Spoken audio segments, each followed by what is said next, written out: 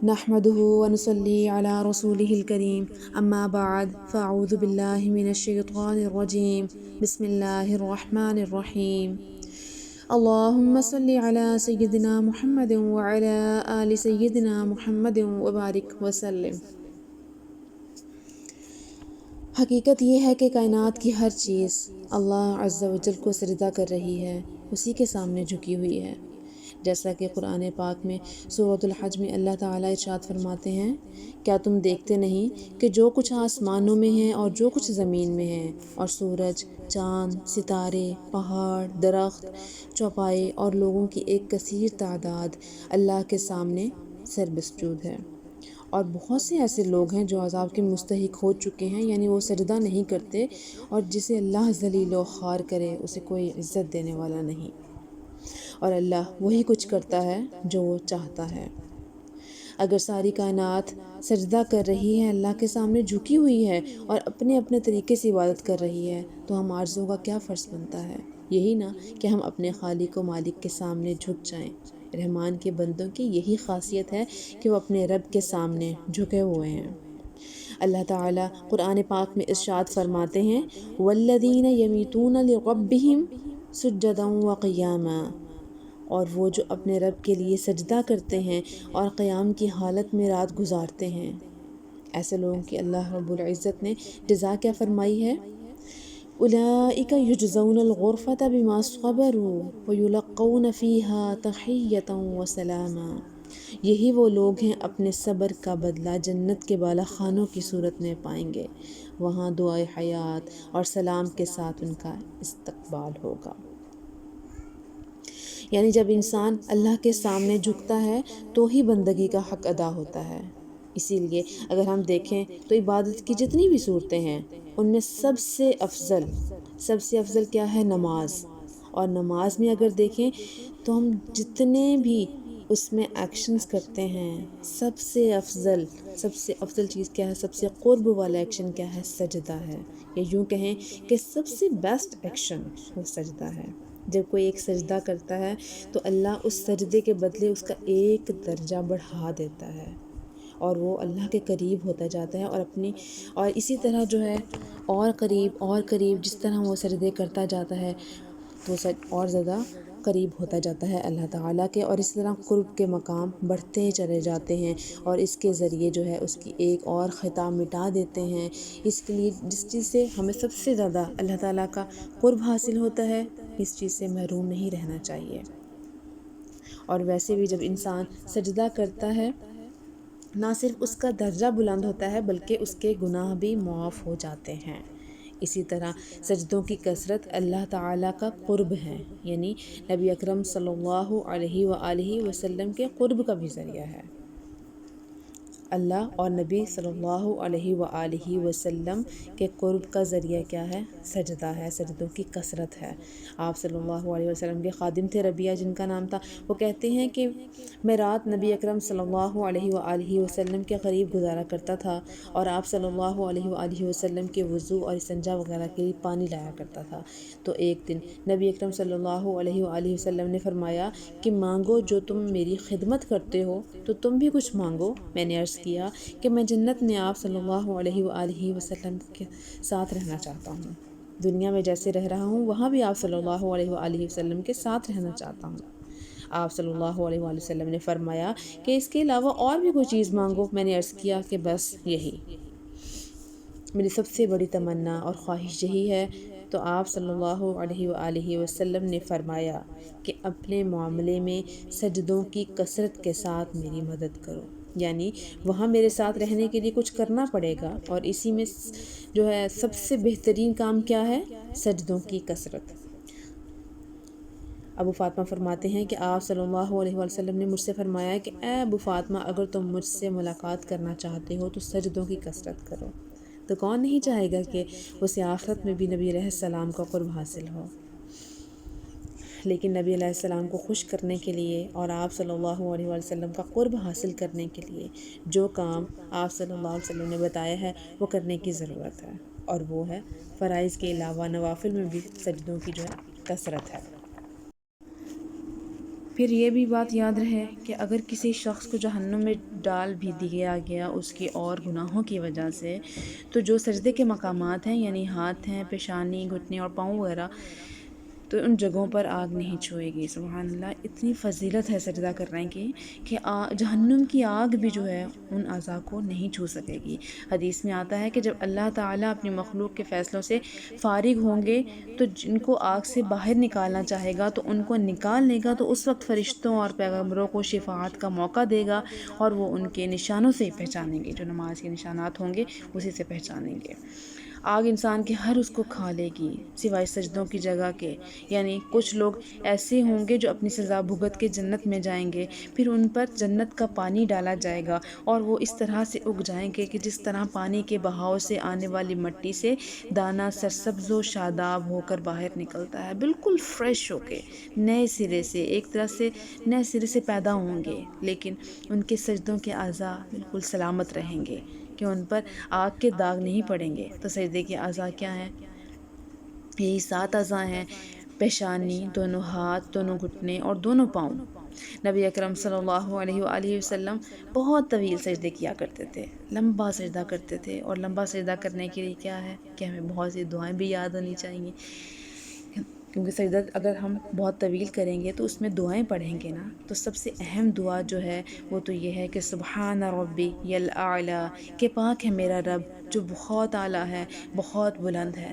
حقیقت میں دیکھا جائے تو رکوع اور سجدہ دونوں ہی اللہ کی بڑائی بیان کرنے کے لیے ہیں اور اپنے آپ کو چھوٹا کرنے کے لیے۔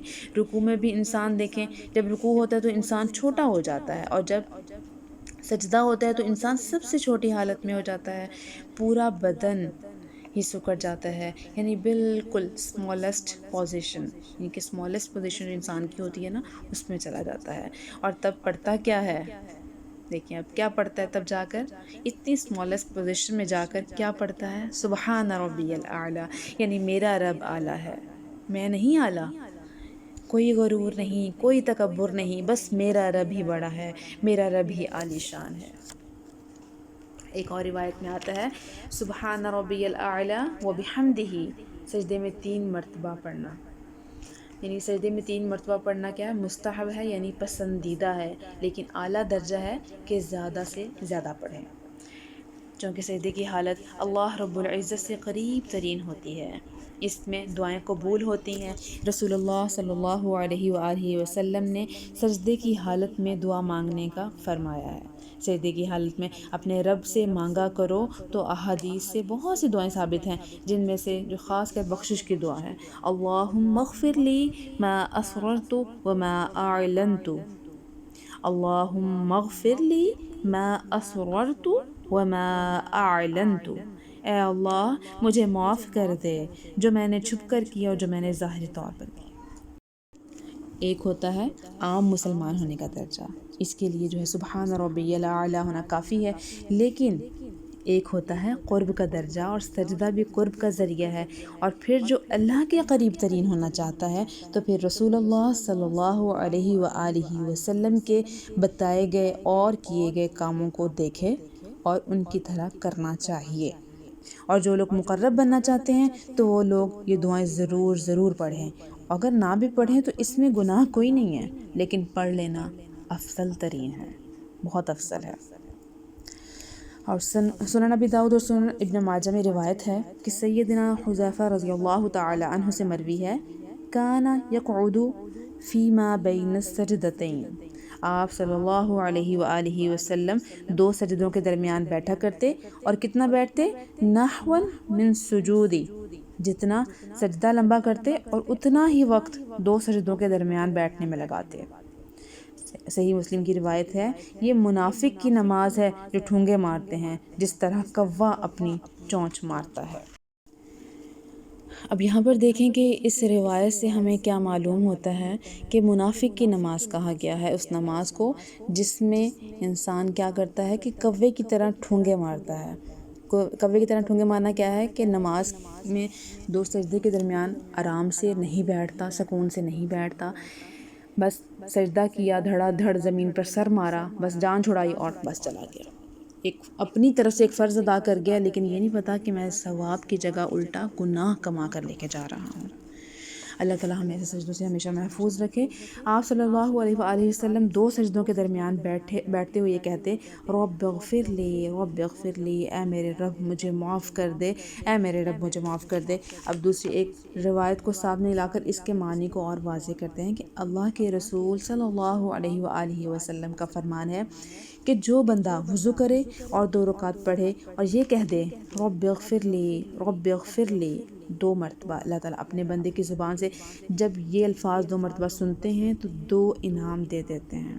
پہلا انعام کیا ہے کہ اللہ اپنے فرشتوں سے کہتے ہیں میرے فرشتوں دیکھو آج میرے بندے کو یقین ہو گیا ہے کہ اس کا کوئی رب ہے جو معاف کرنے والا ہے، گواہ رہنا فرشتوں یہ ہے میرا بندہ۔ اور پھر رب تعالیٰ اپنے بندے سے مخاطب ہوتے ہیں، اے میرے بندے جو بھی تو نے آج تک گناہ کیے، جاؤ میں آج ان فرشتوں کو گواہ بنا کر کہتا ہوں میں نے معاف کر دیے۔ اب ذرا سوچئے کہ اگر ان الفاظ سے ہمارا رب راضی ہو جائے اور ہماری زندگی کی ساری خطاؤں کو معاف کر دے تو ہم سے بڑا کوئی خوش نصیب ہوگا۔ لیکن کیا آج اس امت کو کیا ہو گیا ہے کہ یہ امت اتنی سی دعا نہیں پڑھتی، اور ہاں دعا تو تب پڑھے نا جب ہم بیٹھیں، جب بیٹھتا ہی کوئی نہیں کہ سر اٹھایا اور زمین پر دے مارا، کیونکہ دنیا کے کام کاج میں ہم اتنے مصروف ہو گئے ہیں کہ جب ہم نماز شروع کرتے ہیں تو دماغ کسی نہ کسی کام میں اس قدر اٹکا ہوتا ہے کہ ہمیں خود بھی نہیں اندازہ ہوتا کہ ہم نماز میں پڑھ کیا رہے ہیں۔ نعوذ باللہ، ہمیں خود بھی اندازہ نہیں ہوتا ہم نماز میں کیا پڑھ رہے ہیں۔ ہمارا رٹا ہی ماشاءاللہ سے اتنا سے کامیاب ہو گیا ہے کہ ہمیں الف سے یہ تک ہمیں کبھی اتنے ہم لوگ دنیاوی کاموں میں کھوئے ہوتے ہیں کہ ہم اللہ اکبر کہتے ہیں اور ہمیں نہیں پتہ ہم نے نماز میں کیا پڑھا ہے، نعوذ باللہ۔ اور ہم جب سلام پھیرتے ہیں تو پھر ہمیں پتہ چلتا بھی ہم نے نماز پڑھ لی ہے۔ یہ جو نماز ہے اس میں حدیث پاک میں کیا ٹھونگے مارنے سے کیا ہے منافق کی نماز کہا گیا ہے، نعوذ باللہ، اللہ ہمیں ایسی نماز سے بچائے۔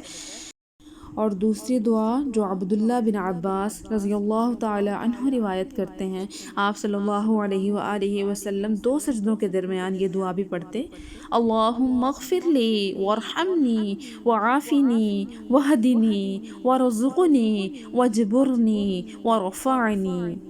اے اللہ مجھے معاف کر دے، مجھ پر رحم فرما، مجھے عافیت دے، مجھے ہدایت دے، مجھے رزق عطا فرما، میری حالت کی اصلاح فرما اور مجھے بلندی عطا فرما۔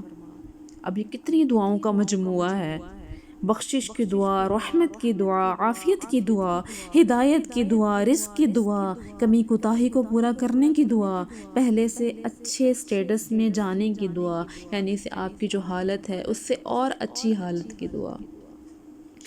یہ 7 قسم کی دعائیں ہیں جب بندہ 2 سجدوں کے درمیان اپنے رب سے مانگتا ہے،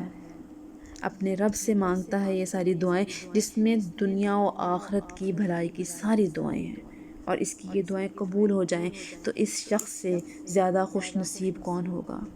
اللہ رب العزت سے دعا ہے کہ وہ ہمیں خشوع و خضوع اور قبولیت والی نمازیں اور سجدے نصیب فرمائے، اور ہمیں قیامت کے دن اللہ اور ہمارے پیارے نبی حضرت محمد صلی اللہ علیہ وآلہ وسلم کا قرب عطا فرمائے، آمین یا رب العالمین۔